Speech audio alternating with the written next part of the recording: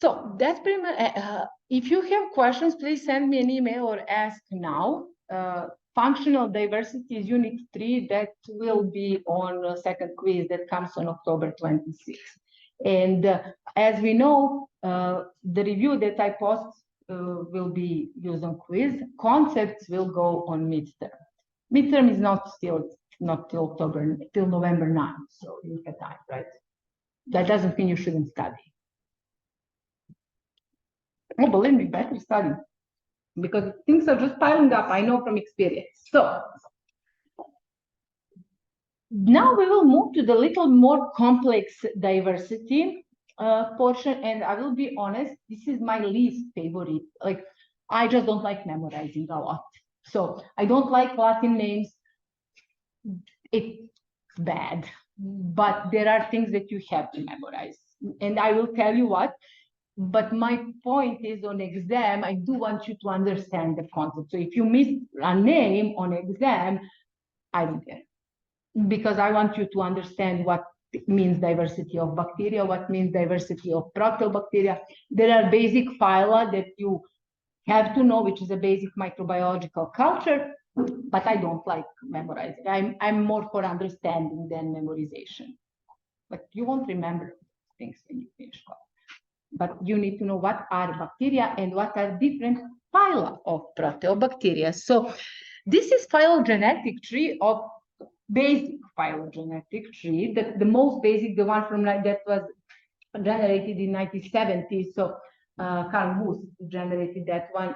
So the most basic phylogenetic tree that you will generate also when you finish, when you get to do your assignment that Nora will explain to you. So it's a rooted phylogenetic tree. So this is where left common ancestor is. And then notice how bacteria and archaea separated, and then notice how eukaryotes, so notice how eukaryotes separated basically from archaea. And now if you look these different branches of bacteria, you will see so many parts, and you will see which one is where. So the Aquifax is the one that was probably close to the basis, so it was one of the oldest ones. And then look, cyanobacteria, gram-positive filament. There are various branches. My point is that among all bacteria is very diverse. There are like 80-something phyla, and you can't fit that here. We cover only 5. That because it's really complicated. So phylum 1, which is Proteobacteria, is the one that is the most diverse, and that one has like different classes. There are like 5 different classes, and each of 5 classes has different genera. Phylum 2 is a little less diverse, but still complicated. It's the Firmicutes Actinobacteria teneris. Then phylum 3 is Bacteroides. Phylum 4 is those that are intracellular chlamydia, and then you have Verrucomicrobia and Plantomycetes. So notice that they're all quite different organisms. Like Verrucomicrobia, you have some mechanoxidase in Verrucomicrobia. Chlamydia are different. So the chlamydia are intracellular parasite. And last but not least, you have that phylum of hyperthermophilic bacteria, those that evolved at high temperature. So they usually oxidize also hydrogen and sulfide. My point is that I'm talking here about 5. So that's all. There are so many. There are like 80-something. I believe that we say there are 84. Again, I don't care about number. There are many of them that are not cultured. So basically, when we talk, again, brief reminder, we talk about microbial diversity, which is pretty much linked to the evolution, so based on different metabolisms that they acquire. So we talked about metabolic diversity. We saw that there are very much different types of metabolism that microbes, bacteria, and archaea, and eukaryotes, which you will see in the last unit, can acquire. We talked about functional diversity, which is more linked to the ecological diversity, which again is based on metabolism that they evolved. So in functional diversity, we include morphological diversity.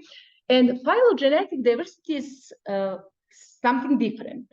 That is something that describes evolutionary connection between microorganisms, and we usually say it's based on 16S rRNA. So this 16S is a molecule that is really unique. It's conserved, which means it doesn't change a lot, and it's distributed everywhere. And it's long enough, it's like 1500 base pairs, like it's a piece of nucleic acid. So those are 3 to 4 reasons why we use 16S rRNA to determine evolutionary connection between microorganisms. You can, like, for example, you can use nitrogenase to determine diversity of nitrogen fixers. But what if organism doesn't fix nitrogen, doesn't have nitrogen? But 16S rRNA exists everywhere, in all organisms, in all bacteria. So based on 16S rRNA, there are 80 phyla. Again, I don't care about number. My point is that there are many. We will cover 5, only 5, including Proteobacteria that are really diverse. The reason why I would never even try to cover all 80 is because it's not possible to memorize all of that. And also consider that many of phyla are not cultivated. So we know about 32 phyla. Many of them, so we know there are 80, but like the rest is not cultivated. And we will talk at the end about ways to, like, methods to study microbial diversity. So culturing organism is a big deal in microbiology, and sometimes it's not possible because microbes simply exist in nature together, like ANME and SRB. And if you try to separate them, they won't grow. So that's why we probably have way more bacterial phyla, we're just not able to cultivate them. 90% of all cultivated belongs to these 3 phyla. Proteobacteria, I would say these are the most diverse. Fat, so this is, I told you, I will tell you how to memorize. Firmicutes, Actinobacteria, Tenericutes, you will memorize it as a fat, like first letters. Bacteroides, those are very important in microbiome. Again, we will cover them as well. But then you have Chlamydia, Verrucum, Microbia, and hyperthermophilic organisms, which are quite different. In terms of phylum Proteobacteria, which we will cover today, it's a short lecture, and I reduced it as much as I could because it would be really a lot for all of us to memorize. I mean, I know most of the things, but it's not really important for you to know all of that. What you need to know from Proteobacteria is that they're largely metabolically diverse. And we talked about different metabolisms. And in Proteobacteria, you will almost find each type of metabolism. Not all, but almost. They have the highest significance in medicine, in agriculture, and industry. They're literally everywhere. And there are 5 classes of them. We'll cover all 5 of them. But these are just types of metabolism that you have. So pretty much everything. Aerobic, anaerobic, microaerophilic. Lithotrophs, organotrophs, phototrophs. Yes, microaerophilic means they use a low amount of oxygen. Like the one that basically they don't need a lot of oxygen, they need just teeny tiny amount. Make sense? Thanks. And again, based on 16S rRNA. So this is when we can actually use 16S rRNA. We group them, and this is where Proteobacteria are on phylogenetic tree. And notice that there are many others. So they see where Proteobacteria are. There are alpha, beta, gamma, delta, epsilon, zeta. So if somebody knows Greek alphabet, this will be easy. So alpha Proteobacteria, beta, gamma, delta, and epsilon, zeta. Zeta are easy. There is only one organism that you need to know. So they're very, very diverse. And each of these six classes has some characteristic landmark that you will be able to use to recognize. So this Zeta proteobacteria is very unique. There is only one. It's called ferrooxidants. So what it does? Exactly. So it's mari profundus. If something is mari, that means it's in sea. If something is profundus, who speaks Spanish here? What profundus means? Deep. Profundo. Yeah, so Mari Profundis, that's how I memorized it. Like I watch a lot of soap operas, so that's why it's sometimes useful. So Mari Profundus peroxidans is in Zeta proteobacteria, it's iron oxidizing, and the rest of them contain many orders. Alpha and beta contain 6 orders, gamma contain 3 orders, delta contain 2 orders, and I'm not really going to ask you all of these orders. Some of them, I do ask specific organisms from each of them, main characteristics, because they're quite important and it's not hard to memorize. So, there are many different species in this film, as you probably know. So they have genetically different setup, but 16S is conservative in phyla. Metabolically, they are in the same class, alpha, beta, gamma, delta. So, for example, you will have phototrophy and metallotrophy in 3 classes, where nitrification, which is ammonia oxidation, nitrite oxidation, you will have in 4 classes. So, quite diverse. Why they are so diverse? Well, because of horizontal gene transfer. So horizontal gene transfer was something that played the major role in this diversity of Proteobacteria. So basically, there are when they have sharing metabolically features in classes, like phenotype or phylogeny, that pretty much means different perspective of bacterial diversity. So what that means? So that means they evolved from the common, so they all evolved from common ancestor, which is Lucas. They all share same 16S rRNA, so they're all Proteobacteria. So they are phylogenetically the same, but they have different metabolic strategies. Now, alphas are second largest class, so they're not the biggest class in Proteobacteria. So think about, there are 6 classes. Zeta Proteobacteria have only one organism, but only one.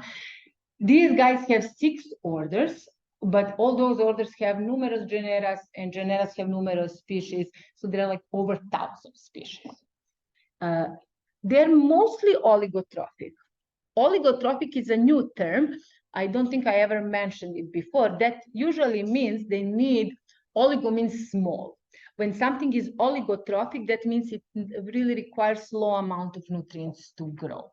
And they can be aerobics with obligatory facultative. That means that they usually live on oxygen, but they can respire something else. And these are the most important genera that you will find in alpha proteobacterial class. Each of them has characteristics that I will specifically mention. And it's not going to be hard because you pretty much are also now familiar with Nitrobacter, and I think you're familiar with Methylobacter, so you can know what those organisms are doing. Rickettsia and Wolbachia are new organisms that are part of alpha proteobacteria, and Sphingomonas is last but not least, which has unique characteristics which won't be hard to know. Nitrobacter and Rhodopseudomonas, they're commonly called rhizobia, which means they're plant symbionts. We talked about nitrogen fixators in plants, like in those root nodules. So these organisms belong to them. They are chemoorganotrophs. That means they are using organic compounds, and they are aerobics. So they usually, genes that enable them to grow with plants to form those plant nodules. If you remember, that's what we had that picture. So those genes are acquired through horizontal gene transfer.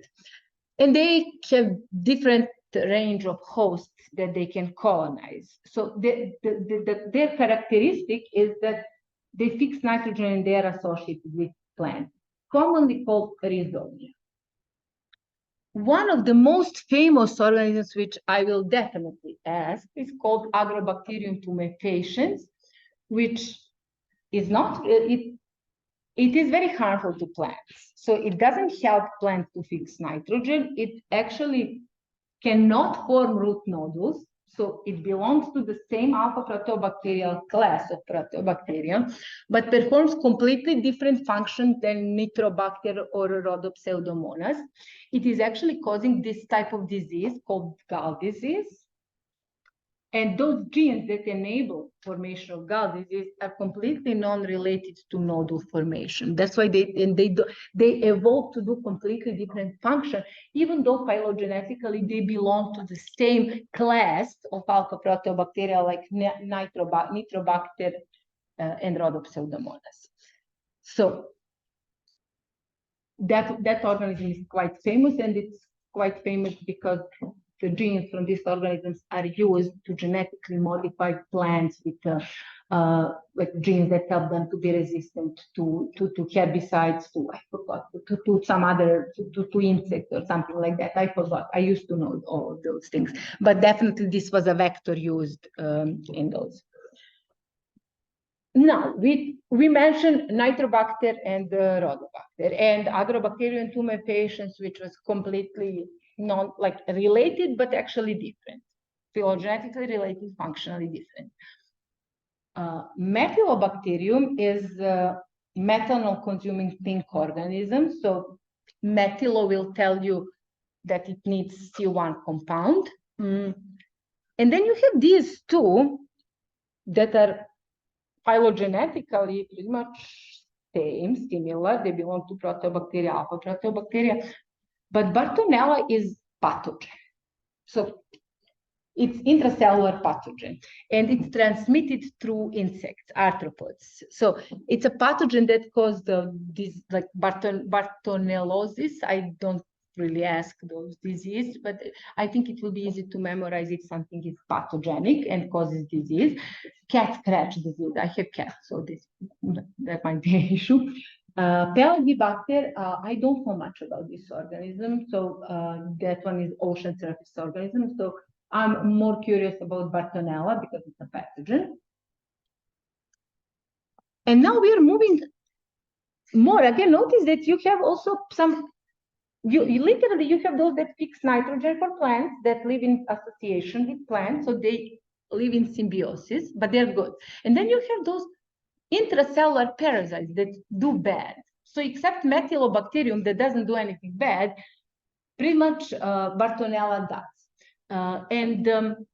Rickettsia and Wolbachia are obligate intracellular parasites. So they belong to alpha Proteobacteria, but they do completely different things than, for example, Methylobacter does. So they are actually specialized to use amino acids that we have, like amino acids like glutamate or glutamine, and they specially rely on some metabolites from host cells.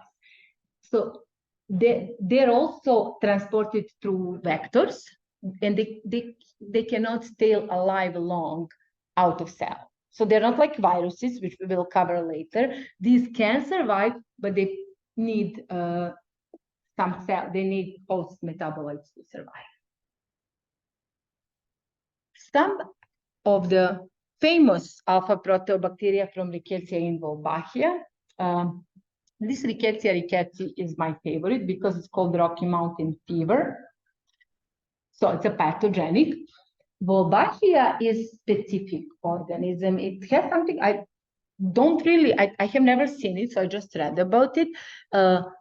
In the insect egg, it goes inside the vacuole and it multiplies over there. And those vacuoles are surrounded by membrane that originates from host. So it's like a host does suicide, like forms a membrane over parasites, and then those vacuoles full of parasites are literally transferred to the offspring, and that's how the life processes continues. So I never saw this, so I just read about it, and to me it was quite interesting because it's interesting life cycle. So in terms of metabolism, as I said, pretty much everything is there. Denitrifier, nitrogen fixers, methylotrophs, magnetotaxic talc bacteria. So you have to know organisms, and if you miss one, I don't care. What I want you to know is that Proteobacteria are the most diverse, and alpha Proteobacteria, few organisms that are very important. That is Agrobacterium tumefaciens, Wolbachia, Rickettsia. I do want you to know that Nitrobacter is a nitrogen fixer. And that would pretty much be all for now, but I will definitely let you know if I find something more interesting that I want you to memorize. Any questions about alpha Proteobacteria?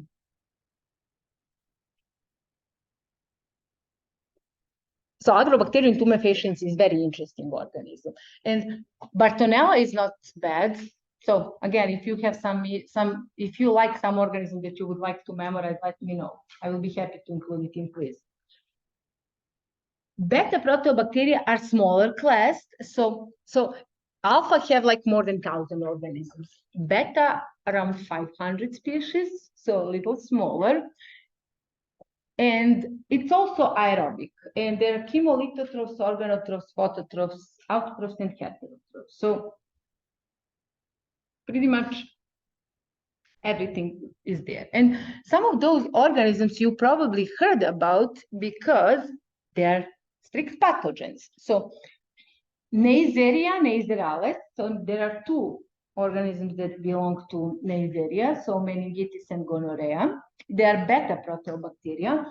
And notice how different, even though phylogenetically they are very related, like Nitrosomonas, we know that those guys are oxidizing ammonia, so they're not pathogen.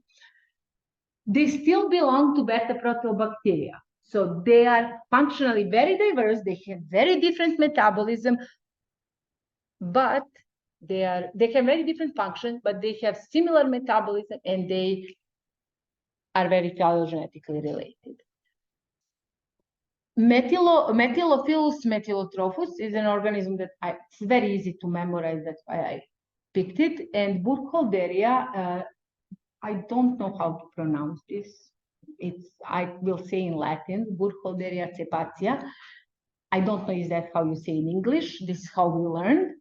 But for me, the most important organisms that I want you to memorize from beta Proteobacteria are Neisserias, because meningitis and gonorrhea are two very important pathogens that we'll learn briefly, and Nitrosomonas, which are ammonia oxidizers. So notice how similar but different they are.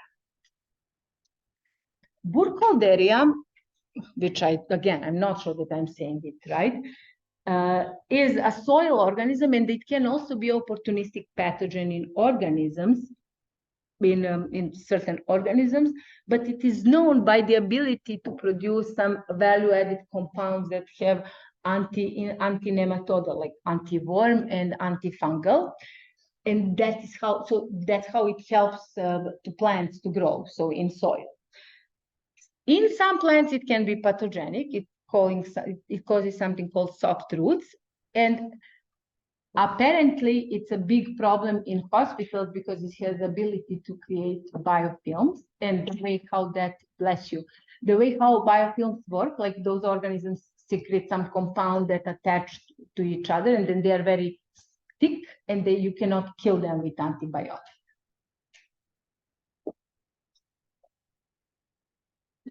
These are most important: Neisseria, and then Neisseria, meningitis, and gonorrhea. Meningitis is calling, Neisseria is calling potentially fatal inflammation of the membranes in the brain. And gonorrhea is a sexually transmitted disease, so it's very dangerous and apparently not very nice to have. So those are two most important that I want you to know. Methylophilus methylotrophus, we already mentioned C1 compounds, so aerobic metabolism. Nitrosomonas, again, we talked about ammonia oxidizing organisms, so they do ammonia oxidation, carbon dioxide fixation, and you get that prefix nitroso.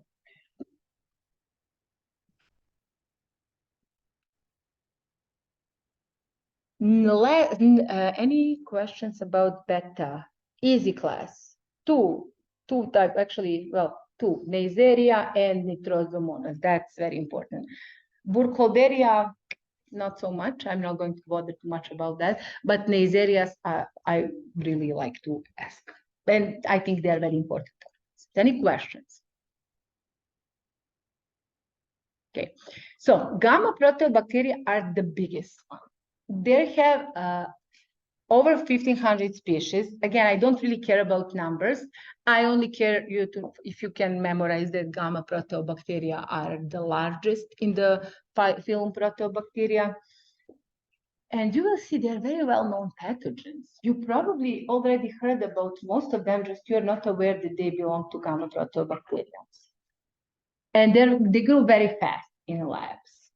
So some of them are listed here, and pretty much I'm sure you heard about, except Proteus and maybe Serratia, you probably heard about all of them. You heard about E. coli. You heard about Enterobacter. You heard about Klebsiella and Salmonella. So Salmonella is a famous foodborne pathogen. So pretty much famous pathogens, or we call them enteric bacteria. So that's a landmark for gamma proteobacteria. So the same how for alpha proteobacteria, the landmark, in my opinion, is oligotrophic metabolism, like they don't need a lot of nutrients to grow. For gamma proteobacteria, it is the fact that they are all enteric pathogens. They live in our gut, and they do some modifications of our gut. The fact that they live in our gut means that they have to be able to adjust to the either zero oxygen or no oxygen, which means that they don't respire. They do that fermentation. They do that means that they generate energy through substrate level phosphorylation. That's their characteristic. Oxidase and catalase tests, if you took micro 265, you probably did all those experiments. Those are common metabolic tests that are pretty much standardized nowadays in the lab, although we don't really do. In labs, usually people now do just the PCRs. They don't really do metabolic tests anymore, but it is a common way to determine how enteric bacteria behave. So oxidase negative, catalase positive are their characteristic.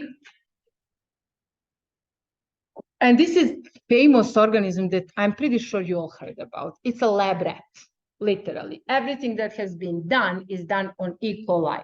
So, but E. coli is, like from my perspective of genetic engineer and microbial physiologist, this is a common organism that is like, something that you use to clone. But that's actually enteric bacteria that lives in our gut, and sometimes it can become pathogenic. There are so many strains, and species of E. coli are very closely related. Each species has a different strain variants, so it's really, really hard to define them genetically. When you do 16S rRNA, they will. You won't be able, they're all same, that it's hard to define which one is which. So there are teeny tiny differences that are often just related to like a local adaptation. So in clinical settings, because it's really important to determine whether strain is pathogenic or not, they use different diagnostic tests and immunological assays, sometimes even protein analysis, because different strains adapt to different environments, but genetically it's not really easy to determine them. From perspective of humans, E. coli is our, it lives in our gut. So it's a common part of our organism, and it has a huge role in making vitamin K. It is facultative aerobe, which means that it will live on, it will live in anaerobic, but it will also, so in our gut, it will prefer anaerobic environment, but it will not die if you expose it to oxygen. So it's able to grow on oxygen as well. And it does help in consuming oxygen in the gut, which means making it anoxic. In my other class, we will specifically talk about this electron transport chain. Here, no. And because it lives in our gut, you will assume that they can use, yes, Jana? Jane. Sorry, so is E. coli always in our gut? It should be. It should not be in any other place of our organism. Okay, it's like when you have things like lettuce, but why? Like, what's the Which one? Lettuce? like romaine? Okay, good question. So Jade, yeah. So Jade asked what, like, if you have is E. coli always in our gut, and if you have like lettuce or some other food contaminated with E. coli, is it a risk? It is, because it really depends of the strain. Depends which strain is present, and there's so many different variants. They're adapted to various things, and if you there are certain organs, and there is a balance. So our organism regulates the level of E. coli present in our gut. So let's say if you have diarrhea and you kind of pass a lot, like all from your gut, and E. coli ends up somewhere else, then you get urinary infection. So because that's what E. coli should not be there.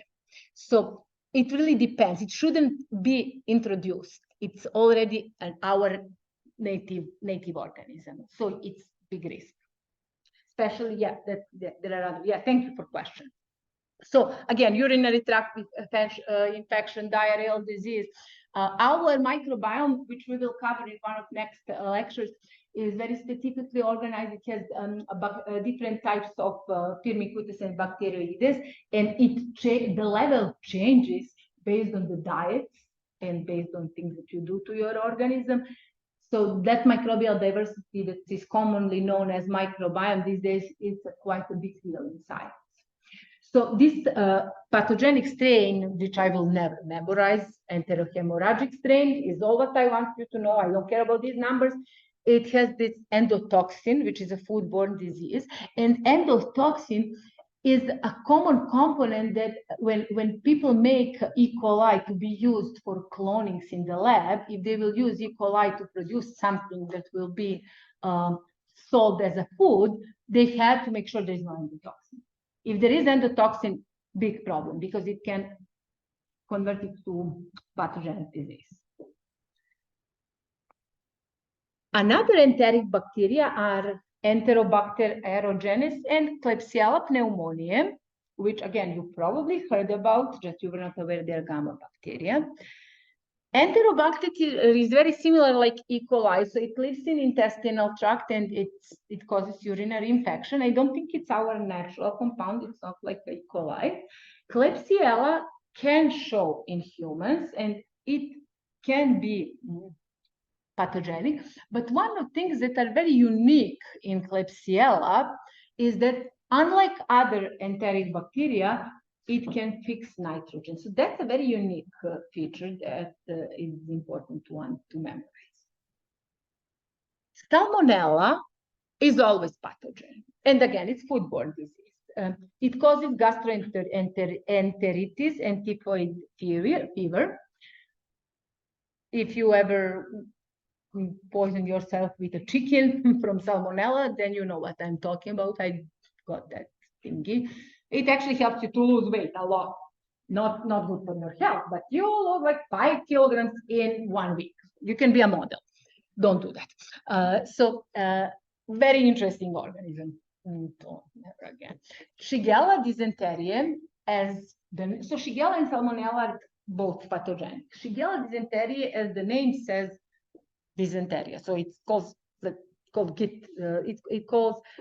It's a foodborne disease. So it also has endotoxin. It's highly pathogenic. It invades epithelial cell, and this neurotoxin is very common for Shigella, so it's really bad. Proteus is probably the only one that you never heard about, and I will be honest, before this class, I never heard about Proteus as well.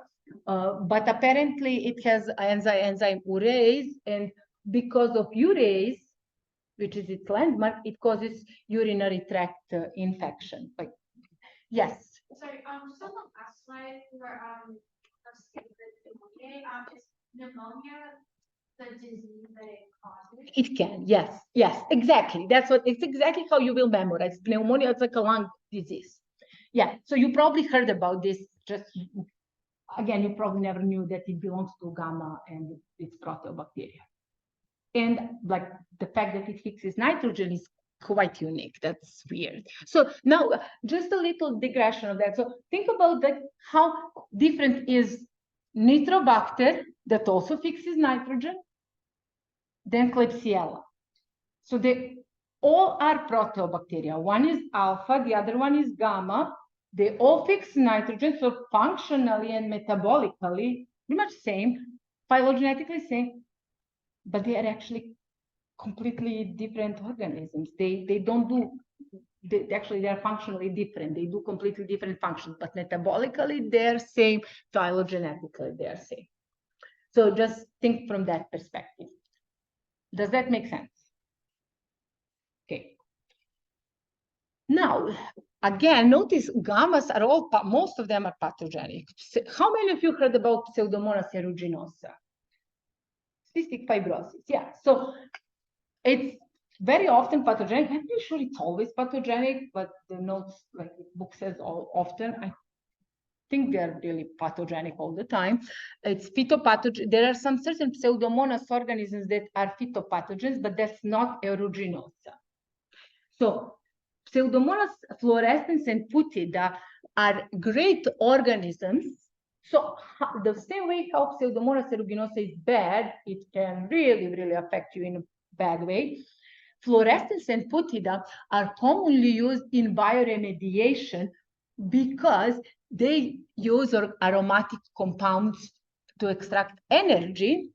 And if you think about what wastewater contains, it has a lot of benzene, ethylbenzene, toluene, xylene, a lot of aromatics. These guys are commonly used to convert those toxic compounds. It's like a detoxification. So again, they perform quite different functions, even though they belong to gamma Proteobacteria and even same genes.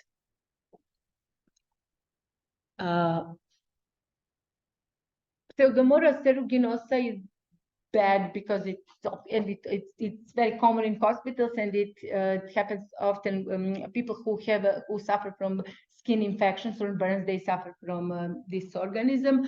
It's very resistant to antibiotics, and it occurs. That resistance occurs because they acquired R plasmid through evolution.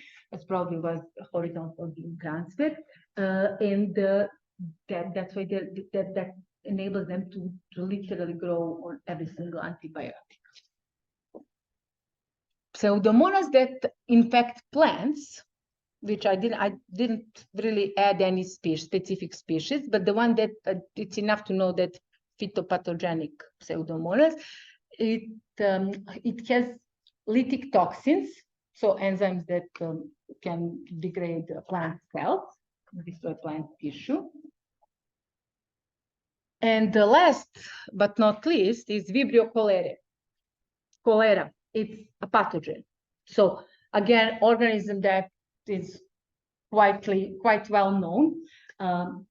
Normally cause disease in host, and it was one of the common diseases in developing countries. And I don't think it exists anywhere else, or at least I hope it doesn't, but it's a pathogenic organism. So find a pattern. Most of gammas, but I say most, are pathogenic, not all.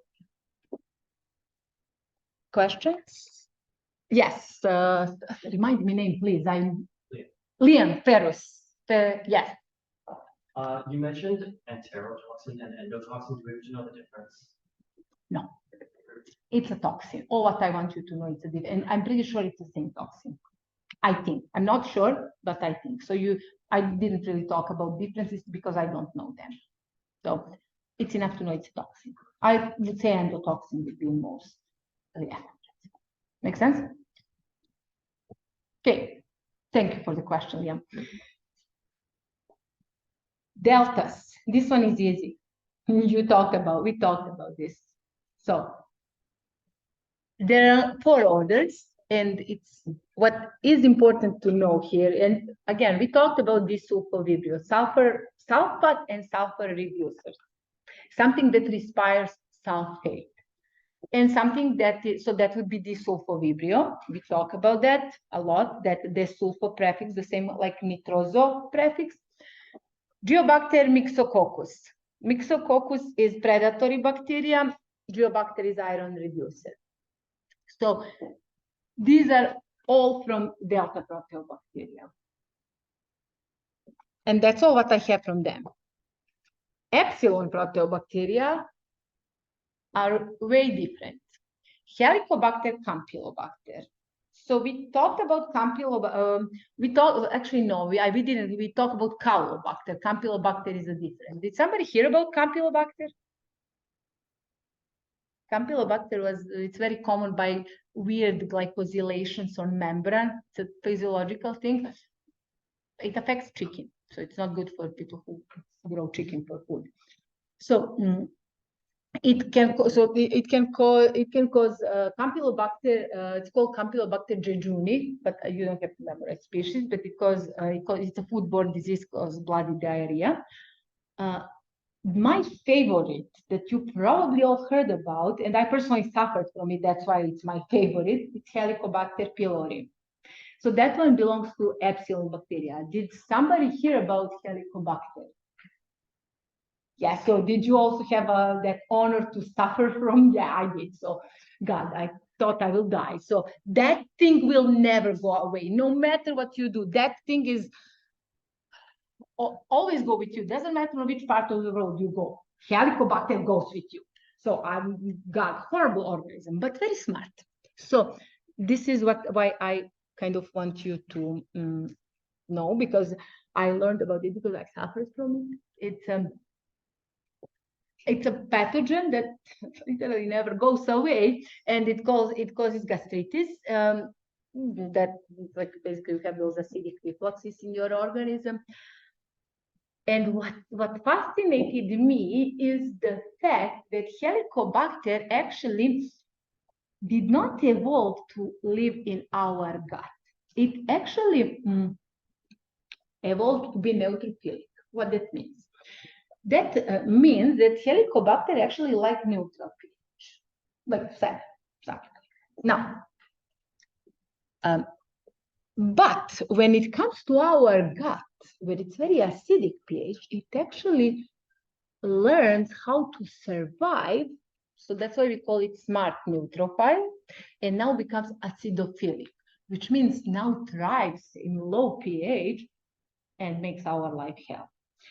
And how that happens. So this Helicobacter is actually, it has a membrane system that developed over time through evolution, probably AGT, and it senses influx of hydrogen ions, which are causing very low pH, and it senses that through a receptor on membrane that's called sensory kinase. So when it is on our gut, when that sensory kinase is active, that will be low pH, and that actually turns on gene expression in bacteria, in Helicobacter, and that gene will make urease enzyme. Why that matters? Because urease will degrade urea in human gut, which we release as we are digesting food. And urea is degraded to ammonia and carbon dioxide. Both of those compounds are doing something called buffering. Basically, ammonia released in our gut, so bacteria is helping in that. So ammonia will consume all those protons that we have, like those like low pH compounds. And basically that's how it protects Helicobacter from low pH. So it literally whatever is, so it's acidic, but they make their own ammonia that consumes protons, so it's not acidic anymore, and they live very nicely. That's why I found it very interesting. Last but not least are these Mariprofundus ferrooxidants. So iron, oxygen are compounds that they use to generate energy. It's low oxygen, so it has one of those strategies that it's very new. I think it's from 2018, and that's all what you need to know from this unit.